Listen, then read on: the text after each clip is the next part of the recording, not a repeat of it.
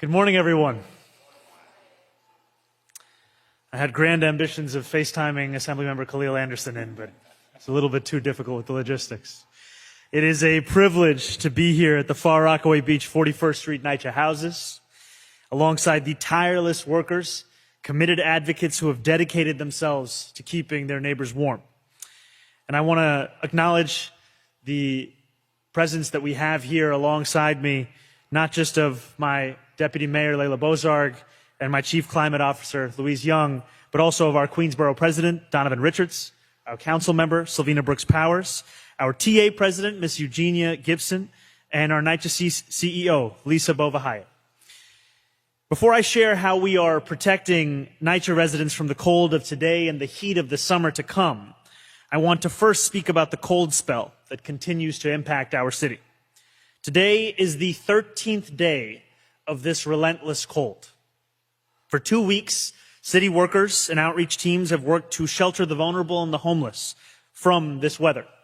Since Monday, January 19th, when our city initiated a Code Blue protocol, we have made more than 1,100 placements into shelters and safe havens.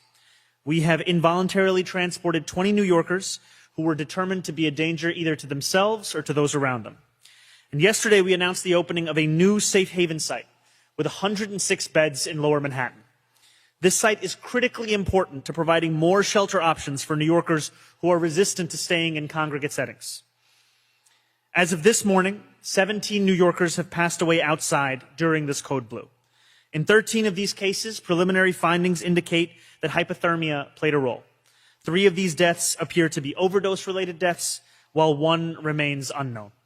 We await final results from the medical examiner's office and will inform New Yorkers as we learn more. Each of these lives lost is a tragedy, and my heart is with the families who mourn their loved ones. From information available now, it appears that none of those who have died outside were living in homeless encampments at the time of their death. Our city remains in a 24/7 enhanced Code Blue. The danger persists from this weather. Temperatures will remain steady over the next few days, but there will be a drop come Saturday, with the high in the low 20s and the low plummeting to around 5 degrees at night. Wind chill will get us to as low as -10. Though Sunday temperatures will rebound slightly, the wind chill will continue to drive real field temperature to 10 below zero. Monday itself may continue to bring 0-degree wind chill temperatures. These are dangerous, life-threatening conditions. And as long as temperatures remain this low, the risk of fatal exposure endures. These are also some of the coldest conditions that the city has faced in its recorded history. And so we want to encourage everyone to take this seriously and to respond accordingly. We will continue to do everything in our power to get every New Yorker into a shelter where they will be safe and they will be warm. And I want to echo my call of the past few days to New Yorkers. If you see someone in need, please call 311 immediately. So outreach workers and first responders from across city agencies, including the NYPD and FDNY, can provide help and shelter. Finally, DSNY continues to keep our city running. They have cleared now over 59,000 crosswalks, over 12,000 fire hydrants, and more than 17,000 bus stops. They have melted more than 183 million pounds of snow and laid out over 227 million pounds of salt. They're also continuing to collect all residential trash and compost on its normally scheduled day, while recycling is being picked up within a 24-hour window of when pickup is typically scheduled. In the days to come, as we continue to weather this cold, I will keep New Yorkers updated on our progress. Now, I would like to turn to another issue brought to the fore by this enduring cold, the issue that brings all of us here together today. Our harbor is frozen. Ice floes have boxed out the ships carrying essential fuel that provide millions of apartments with warmth. And with bitter cold from New England to Texas, energy prices across the nation are skyrocketing. Costs like these only fuel the affordability crisis that too many New Yorkers' lives are affected by. And they serve as an urgent reminder of why we must pursue a clean heat future where sustainability and affordability go hand in hand. Climate and quality of life are not two separate concerns. They are one and the same. And by changing the way that we heat and cool our NYCHA homes, we can tackle both, simultaneously building a brighter, greener future while reducing the cost of heating and cooling our apartments. For too long, NYCHA residents have endured unreliable radiators and heating outages, and far too many summers have been spent soaked in sweat, deprived of access to the cooling systems they need. Before I was the mayor of our incredible city, I was an assembly member representing a number of NYCHA developments, including the largest public housing development in North America, Queensbridge Houses. And when I would speak to residents, I would hear of a heating system that was so unreliable that they would have to regulate the heat themselves, opening up windows no matter what the temperature was to try and create some level of stability. And today I am proud to announce that we are going to deliver a safer, more comfortable future for each of the 712 units here at Beach 41st Street houses, as we commit $38.4 million to install heat pumps for every tenant.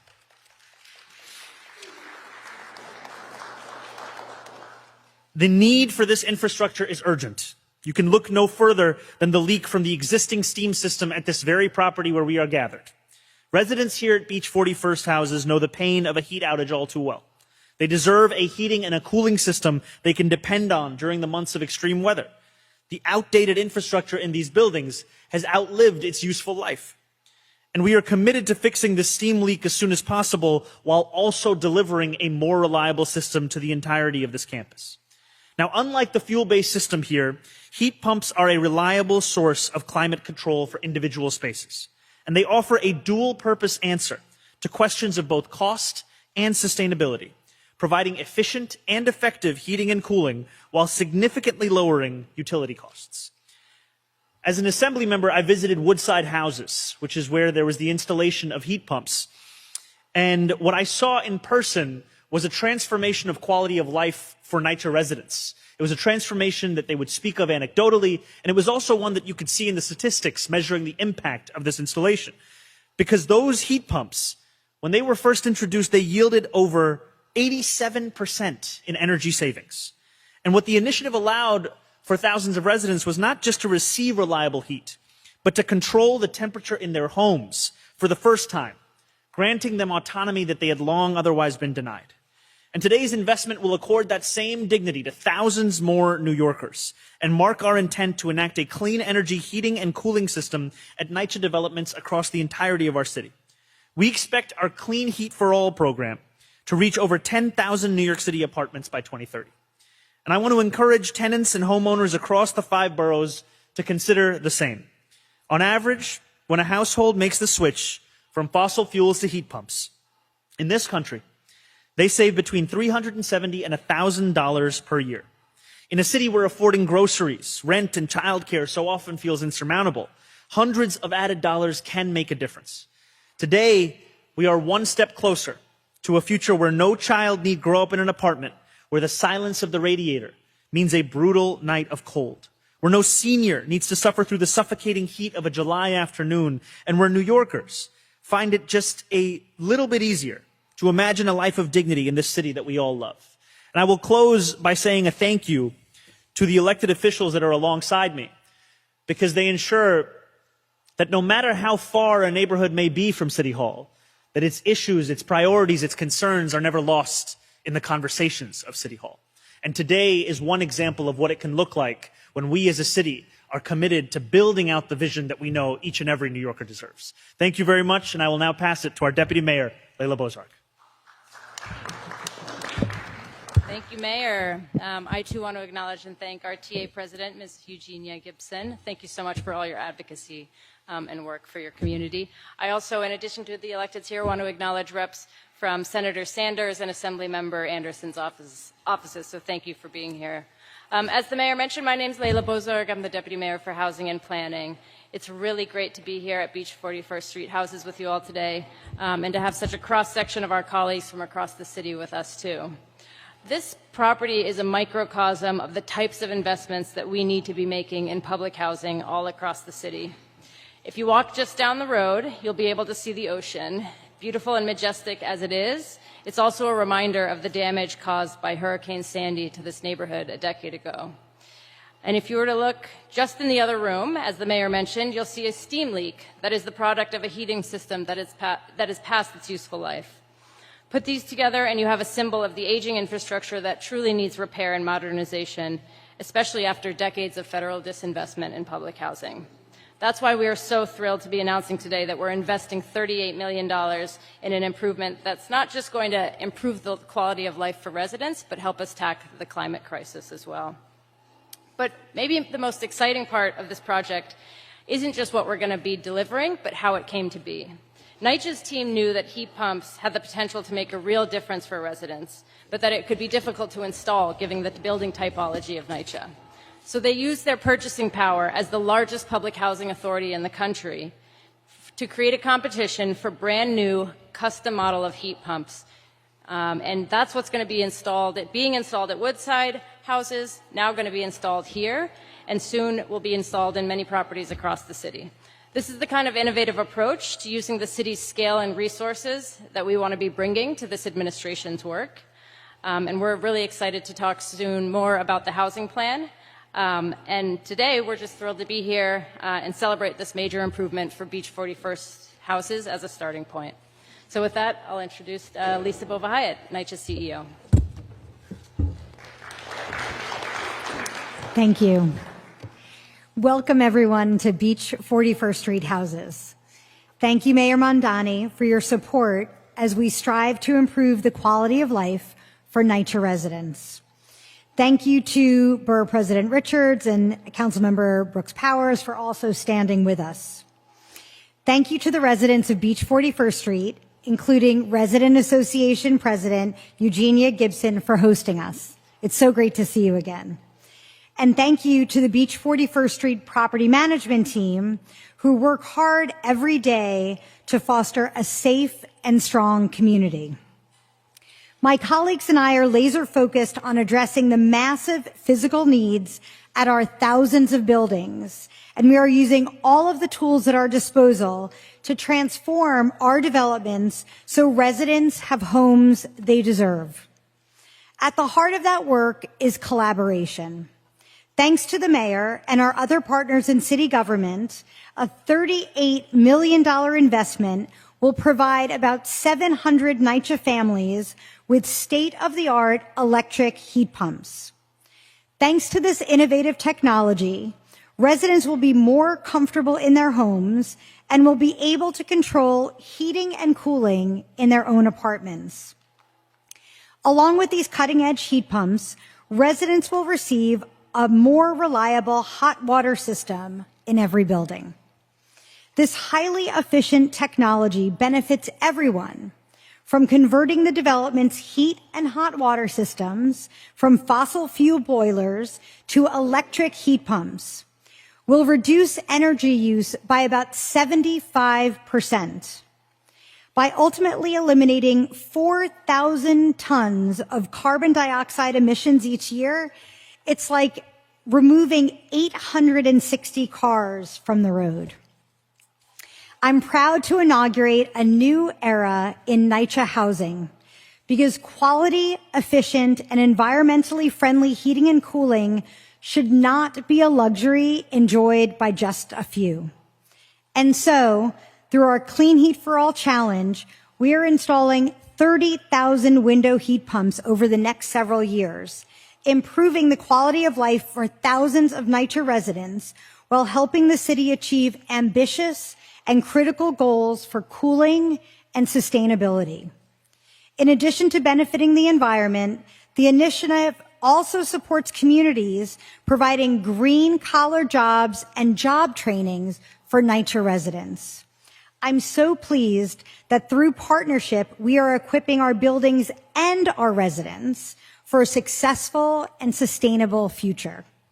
Thank you again for everyone helping us continue our progress and continuing to blaze a trail here in Queens and across the city. Thank you. Next, we'll hear from our Chief Climate Officer, Louise Young. Good morning, and thank you to the mayor, our partners in government and elected office, and to all of you gathered here today. It's great to be back in Far Rockaway. My name is Louise Young, and I'm the Chief Climate Officer in New York City, and I have the privilege of overseeing the Mayor's Office of Climate and Environmental Justice. Frontline communities, especially like the one in Rockaway that bore the brunt of damage and destruction after Hurricane Sandy, have historically been the last to receive critical investments and resources to combat the climate crisis. But a just and equitable climate transition to a clean energy future demands creative solutions, especially for our buildings that make up 70% of New York City's greenhouse gas emissions. And most of that is from fossil fuels that we use for heating and hot water. Our partners at NYCHA recently installed cold climate window-based heat pumps just 20 miles west of us in Queens, as we talked about.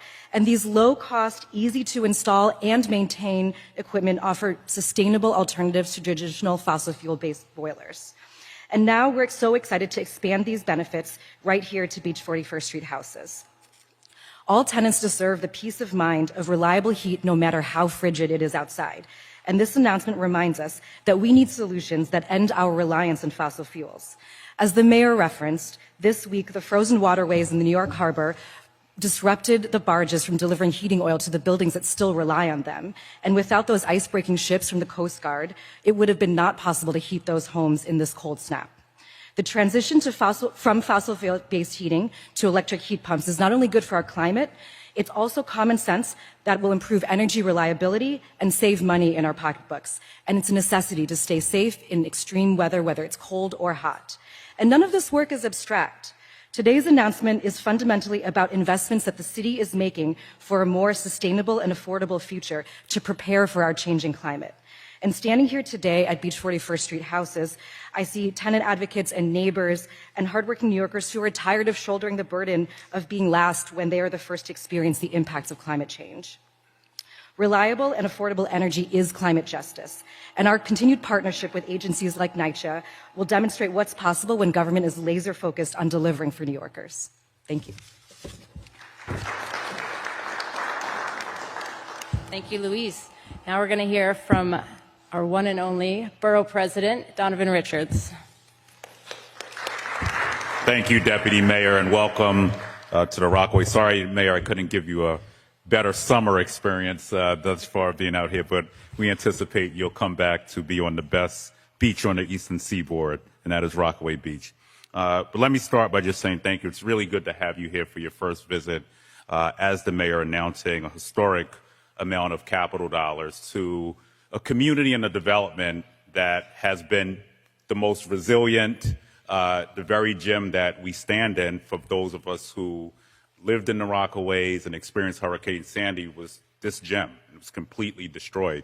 And I remember the resilience of the community coming together to really try to fix the Band-Aids that have long subsided in this particular development and center as well. So today is really a good day to ensure that our historically most marginalized communities, who often feel overlooked and disinvested in, can see that their city is saying, no, you deserve to be invested in, no matter your socioeconomic status, your zip code, the housing you live in, you deserve to be invested in. So the Rockaway Peninsula has been one of those communities with 5 developments. We have the largest concentration of public housing right here in Queens. And often families have felt forgotten, they felt neglected, and there are individuals like Eugenia Gibson who've stepped up, our president, Madam President, thank you, our TA leader, who we've had to, over the course of the last 5 years even, set up a task force just to ensure that right before the winter begins, we know that NYCHA is actually working on a heating plan. And I want to give NYCHA, and I really want to give our CEO a lot of kudos, because they have not ever not shown up during those moments. They've been there through the good and the bad. But today we signal that the city of New York, which has, by the way, been the worst landlord. I know we come up with these landlord lists every year, but we have neglected, the city has neglected to really keep up pace, and the state, by the way. But we know that the federal government has a large role to play here as well, and they've historically disinvested in us. We know that it's not going to get easier under the Trump administration, certainly. So it's really going to be up to the city and state to come up with real sound solutions to ensure that our public housing residents can be seen and heard. But today, $38 million, Mr. Mayor, for this development, long overdue.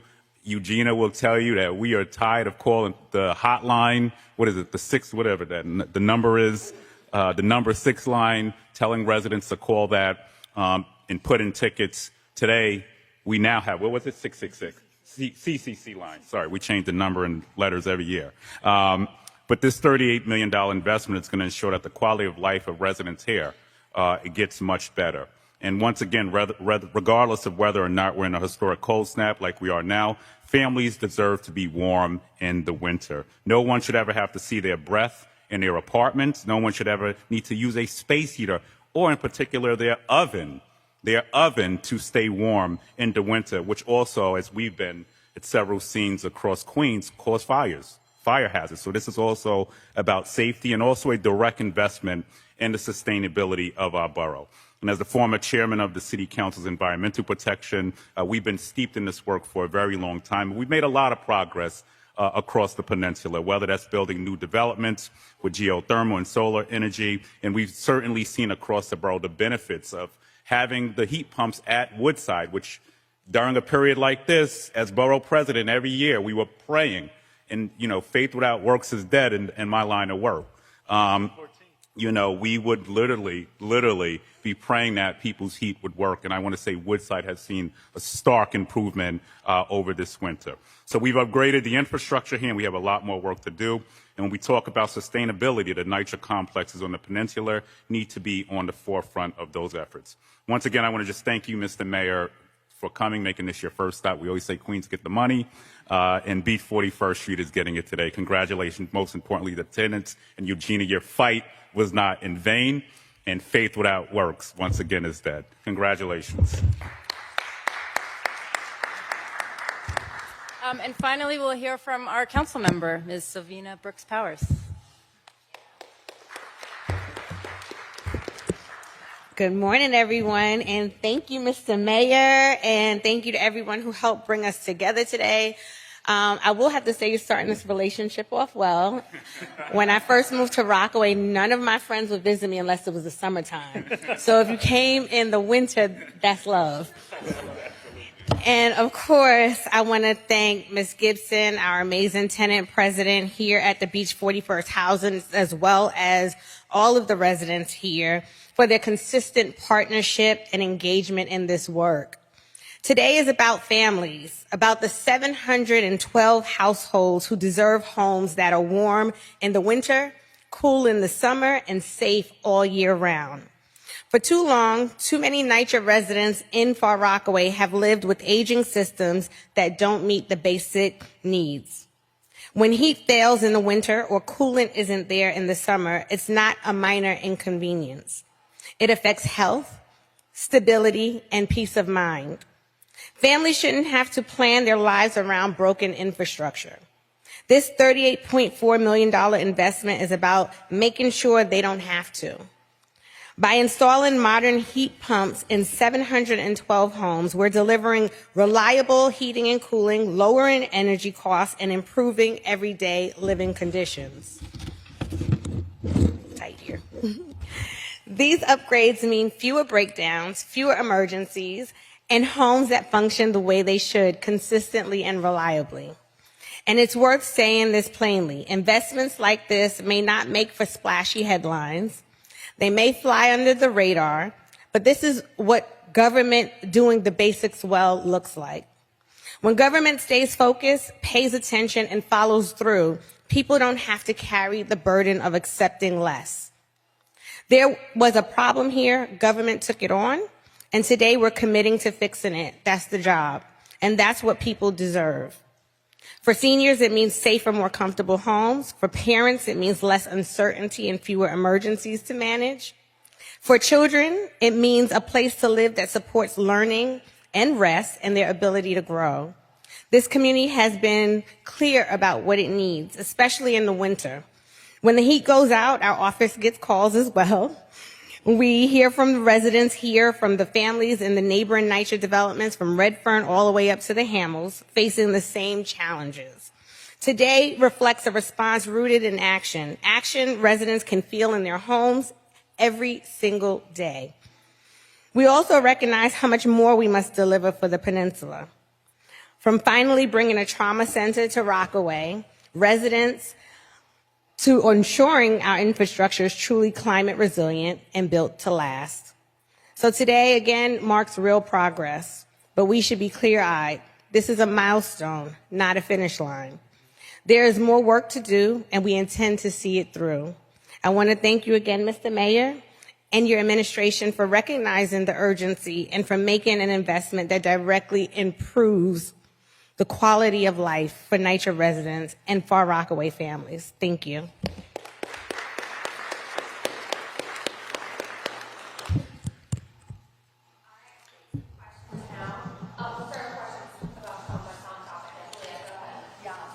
Mayor, so I'd like to know what is the order of things? Does the leak get fixed first and then the installation of the pumps, and when does that happen? So yes, the order of operations is first the most immediate issue, which is the leak, and then this heat pump installation commences. It goes over a longer period of time than that leak fix will take. Which one? The installation of the pumps. The installation? I'll give it over to you. That's going to be starting soon this fiscal year, and it'll take about 2 years to get all of them installed. And the fixing of the steam is happening immediately. Yeah. I have to say before Timmy that given what everyone has said, I'm also glad, TA President, that you didn't run for mayor, because I probably wouldn't be standing up here at the time. Please. I wanted to ask, I spoke with a couple of NYCHA residents outside before, kind of frustrated that you were here. They said that they hadn't really experienced real change from the mayor's office before, and that your presence was just sort of seeking clout. What do you say to NYCHA residents about this sort of new era your administration is trying to usher in? Look, I understand NYCHA residents and New Yorkers at large for whom politics has been nothing to find faith in. I understand that because just look at the history of how our city has often treated those who have been most overlooked. And I also understand that as having been an assembly member of the largest public housing development in North America, because for far too long, what government meant was the inability to heat your home in an accurate and appropriate way. It meant that you would be unable to use the elevator and that you would be asking a senior to climb stair after stair after stair. And so it is not for me to tell New Yorkers that they should start to believe. It is for me to prove to New Yorkers that belief is something that is worthwhile. And frankly, what I appreciate is with the team that we have here, the elected officials alongside us, that we have an opportunity to prove that through our actions, right? You heard from the borough president, James 2:14, the critical importance of works.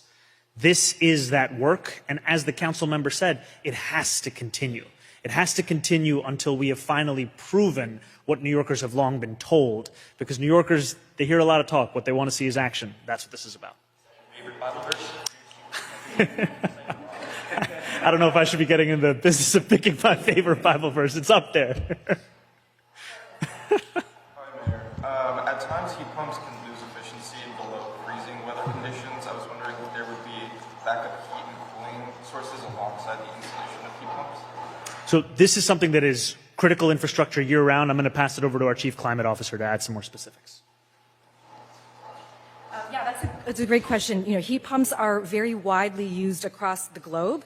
They are very reliable when they are well maintained. The pilot at Woodside Houses shows that they had no issues performing in cold weather, and the lifespan of the heat pumps is about 20 years. And so these are very proven technologies that, with the right maintenance, at which NYCHA is performing, they can be very reliable. That we did not need backup power at Woodside Houses this cold snap.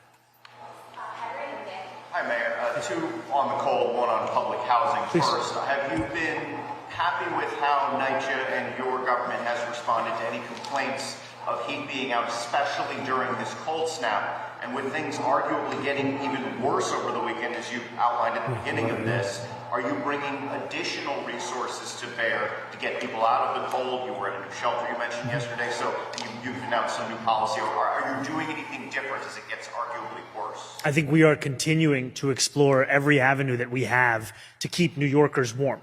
And that means to ensuring that we are taking on any heat outages, whether they be at NYCHA properties or any property across the city, because we also know that there are a number of Con Ed outages over these past few days. And then beyond that, to ensure that we have warming buses, that we have warming centers, that we have safe haven sites, shelters, not only that are available, but also that we are having outreach teams do the direct outreach to connect homeless New Yorkers with. And what I have appreciated is in our team an understanding that the urgency of this moment, because we know that just because there is a cold front does not mean that there are not other issues that emerge in that same time. As the borough president was saying, one of the times that we met early on in my first month as the mayor was at a fire that happened in Ridgewood. We know that there continue to be fires in this city, and also amidst this incredible level of cold, it only intensifies the need of those responses, those resources. And also, I would just have to lay out my appreciation for the Red Cross and the partnership that they have been doing in providing exactly that. Follow up, are you seeing enough urgency from 311? There have been a number of reporters, including myself, that have done what you've asked, that have called 311 and found ourselves in a malaise of trying to get to 911 and a slow response. Have you followed up at all with 311 and told them, hey guys, this is more urgent? We are continuing to follow up to make sure that these are the operations that are operating at the best possible level. Because what we know is, as you said, this cold front is not leaving. This is the coldest weather the city has seen for years. It's among the coldest weather we've ever had. So what it requires from us is a level of response. We're pushing on every avenue to ensure that's the case. Thank you. On the Jabez Chakraborty shooting that the NYPD released video on, one, is this going to be a policy that the NYPD releases body cam video so quickly, or just the ones the NYPD thinks may absolve the officers? And then I wanted to ask about if you could tell us what you envision your Department of Community Safety would have done in a situation like this, and we can expect details on what this department will look like. Thank you for the questions. I'll start with your first one, then I'll go to your second one. We're in the process of developing out a policy so that New Yorkers can know exactly what to expect when it comes to transparency. I think that transparency is something that is critical in ensuring that the facts that we have are also the facts that New Yorkers have. And as soon as we have something to share on that, we will be sure to update you and to update the public as well. And I think on the second question, the Department of Community Safety has long been a focus of our administration and, frankly, over the time that we were running for this position. And the North Star of that department is safety, ensuring safety for the affected individual, for the family, for police officers, for any responding city personnel. And so right now what we are doing is exploring every potential avenue to create the Department of Community Safety. That includes supporting legislative efforts like that of Councilmember Ressler, but it does not limit itself to that either. We're going to see that? That is the work that we're focusing on. We'll share any updated timeline as we have it. Thank you. Outdoor dining for a colleague of mine who wants to know about outdoor dining. Do you support it full year round? Yeah, I do support outdoor dining year round. Yes. Mr. Mayor. Hi, how are you, Bridget? Nice to see you. Welcome to Rockaway. This is my next one. It's lovely to be here. I can't believe that Katie Honan is not here. Me neither. It kind of begs the question.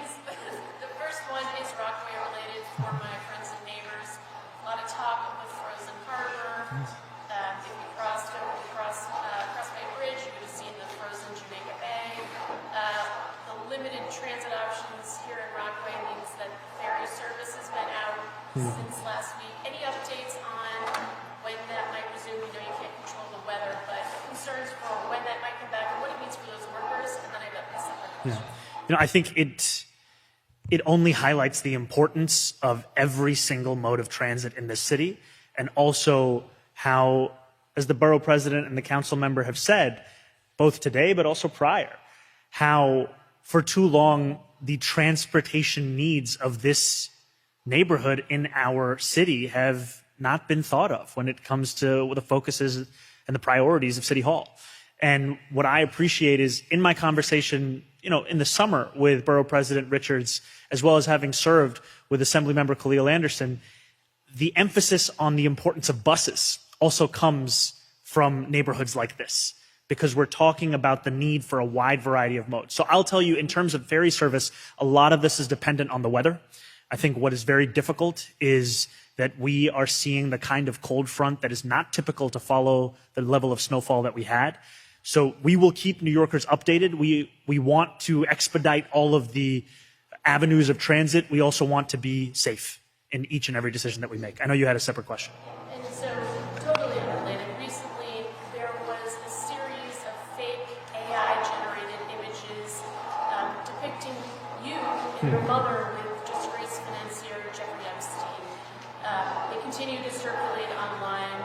And so my question is, one, just personally, how does it feel to be subject to that type of misinformation? But then more from a policy standpoint, how alert is the city to the dissemination of this kind of AI-generated misinformation when it comes to city services, public health, elections?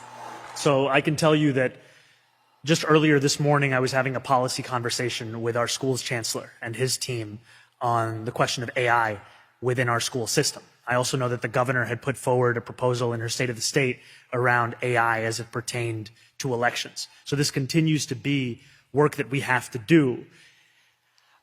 At a personal level, it is incredibly difficult to see images that you know to be fake, that are patently photoshopped and AI generated, and yet can reach across the entirety of the world in an era of misinformation. And there's the old adage about how quickly a lie can spread with a comparison to the truth. I think what we have to know is what the truth is. We share it with those, and then we also have to work to ensure that we have a city, we have a state, we have a country that actually has a regulatory system when it comes to AI. Because frankly, what it looks like today is a system that is ill-equipped for the speed and the reach of the technologies in front of us. Mayor, thanks for holding this press conference indoors today. I love the glasses as well, by the way.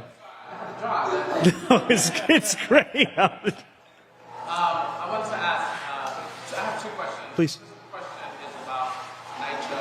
You talked a lot in the campaign about renters, but as we know, NYCHA, huge pile of renters for the city. I'm wondering, could you step back a second, talk a little bit about your vision for NYCHA, particularly for the fact that there is an $80 billion deficit that has led to these types of cases that have been going on in this development for years? I think one of the most frustrating things you can do as an elected official, I'll tell you this as a former assembly member, is when somebody calls your office and you tell them, actually, that's not your jurisdiction. Actually, you should call your city council member. Actually, you should call your Congress member.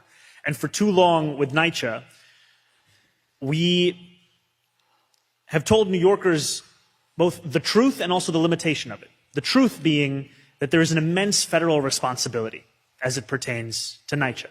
That the $80 billion in capital needs are ones that the federal government should be playing a pivotal role in meeting. And the limitation of that is that we know that we cannot, in good conscience, expect that assistance to be coming this year or the next year. It has not come for many years. And so what that requires us to do is look at every avenue we have as a city and as a state to start to confront this ourselves. Part of that is transparency. I can tell you one of the frustrations I've heard from NYCHA residents over years is not necessarily how long something might take, but that they don't even know the length of that timeline until they get to the end of it. The other part of it are the kinds of investments that can do more than just one thing. And what I mean by that is these heat pumps. They are heat pumps that save money. They are heat pumps that have a positive impact on our climate. They are also heat pumps that have a positive impact on our quality of life. And I can tell you that in Western Queens, for example, we speak about Asthma Alley, the particulates that come from so much fossil fuel generation that is disproportionately in Western Queens. And that was a concern I would hear from NYCHA residents again and again. Heat pumps also have a relationship to that, to ensuring that we are using the cleanest possible technology. And I also have looked at the clean energy challenge as a successful example of what private and public partnership can look like. It was NYCHA's issuance of an RFP that created the mini fridge in this country. That is technological innovation that was a result of NYCHA's own needs. We can bring that era back to make this a place where New Yorkers look at as the site of where we develop new answers to old problems. That's what we have to do, and I'm proud to be here alongside others in doing so today. Does that mean that you plan to double the capital budget as you promised during your campaign? And my second question is about job growth at EDC. You seem to be, tinkering with the mission of that agency a bit. I'm wondering if you can talk a bit about... What outlet are you reading? I wonder if you could talk about your plans for job growth in Yes. relation to those. You got like 4 questions in here. Just making it work. Keep the sunglasses on. Okay, let's I'll go with your question on EDC, and then you can bring me back to the other question. We are proud of this city's legacy of generating prosperity. You know, the assembly member who's not here today, most people know him as Khalil Anderson. His middle name is Musa, named after Mansa Musa, historically one of the wealthiest individuals in world history.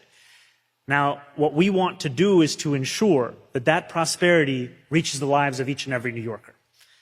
This is the wealthiest city in the wealthiest country in the history of the world, and yet 1 in 4 New Yorkers are living in poverty. And EDC is a critical part of generating that prosperity and being a leader within city government on what economic development looks like. And I am excited, frankly, at the opportunities we have in front of us for how this EDC underneath our administration can build on its own legacy and also start to reach the very New Yorkers who spoke to Judge Street Journal outside about why they have a diminishing faith in government. Because for many of those New Yorkers, what has economic development meant? We need to make it something that you can feel, something that you can actually use in your day-to-day lives. One of the earlier times during the campaign, Borough President Richards and I rode the bus together.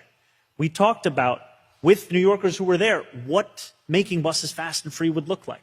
We need to have policies and then implementation of those policies that New Yorkers, working class New Yorkers, can live and breathe. And then you had... Oh, yes. Yeah, we continue to be committed to increasing the city's preservation capital commitments, and that's going to be the focus of the budgets, the ones that are upcoming and the ones that follow. Thank you. Yes, sir. On the police shooting last week, you should have an opportunity to clarify your opinion on this.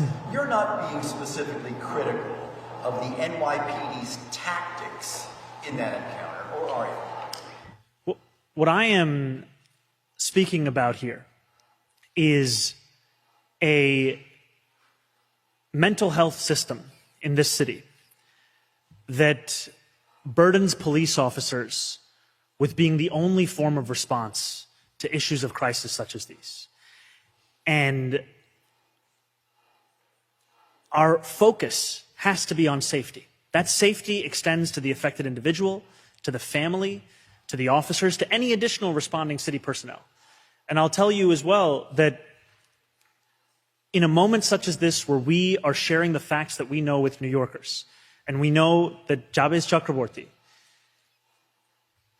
who has had schizophrenia for years, we know the pain that his family is living through in this moment, that it is, to me, incredibly clear that what he needs in this moment is mental health treatment, not criminal prosecution by a district attorney.